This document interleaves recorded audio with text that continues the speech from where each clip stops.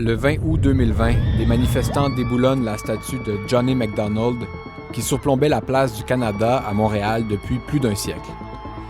Ils veulent remettre en question l'héritage du tout premier des premiers ministres du Canada qui a, entre autres, mis en place les pensionnats autochtones. Quel genre d'aménagement temporaire pourrait-on créer autour de ce socle vide? C'est la question qui a été posée à des étudiants universitaires dans le cadre d'un récent concours d'architecture.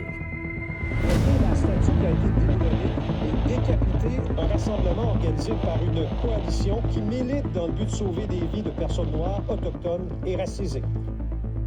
Les étudiants du monde entier étaient invités par le Centre canadien d'architecture à soumettre leur projet dans le cadre de cette charrette interuniversitaire. Là, quand je dis charrette, je ne parle pas d'un véhicule tiré par des chevaux, c'est que c'est aussi le nom donné à un concours d'architecture qui se passe sur quelques jours seulement. Je suis à la place du Canada, on vient rencontrer un membre d'une des équipes lauréates du concours.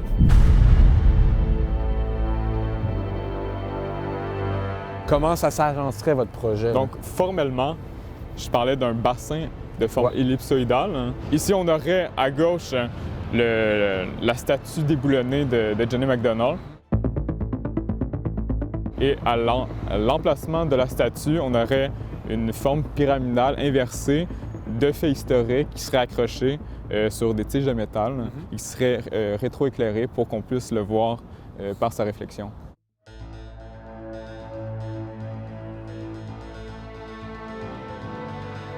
Ce qui a retenu notre attention, c'est que vous avez utilisé la statue décapitée dans votre projet. Pourquoi avoir utilisé ce monument-là? On rendait ce personnage-là mythique en le mettant sur un piédestal, en le mettant d'une plus grande échelle, tandis que maintenant, on a comme changé de paradigme, puis on fait comme « OK, peut-être qu'on remettrait ça en question ». Notre objectif, c'est juste étaler les faits historiques, tout simplement. Les 3 juges de la Charrette 2021 ont posé leur regard sur 18 projets et ont choisi 3 lauréats, en plus de décerner un prix spécial. J'ai rencontré un des juges pour discuter avec lui de ce qui caractérisait la compétition cette année. It's a really challenging charrette this year. It's a very difficult problem, a very timely one, very political, so it's very interesting. We have this incident from the last year that just aligns with a lot what's going on in the world these days about thinking about our past, thinking about history, and thinking about maybe if we can change how we think about the past, then we will make ourselves a kind of better future. I think one of the strong points of the charrette was this idea that our own judgments of history, what we think of history now, will be judged as harshly as we are now judging MacDonald in the future. So it's not so much about getting things right as keeping the conversation about how we learn from the past and how what we learn from the past helps us go forward. Si la statue revient telle qu'elle, sans changement, comment tu entreverrais cette décision-là de la Ville? En fait, je pense que ce serait vraiment un retour en arrière. Ça serait faire une mauvaise lecture de l'histoire, de juste écarter tous les faits historiques, tout son impact sur les minorités, que de juste le remettre à sa place.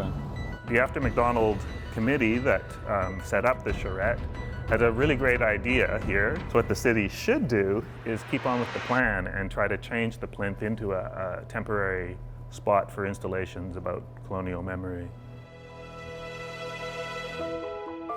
La statue est pour l'instant entreposée par la Ville de Montréal qui n'a pas pris de décision pour la suite des choses. C'est donc pas exclu que le monument à Johnny MacDonald retrouve la place qu'il a occupée de 1895 à 2020.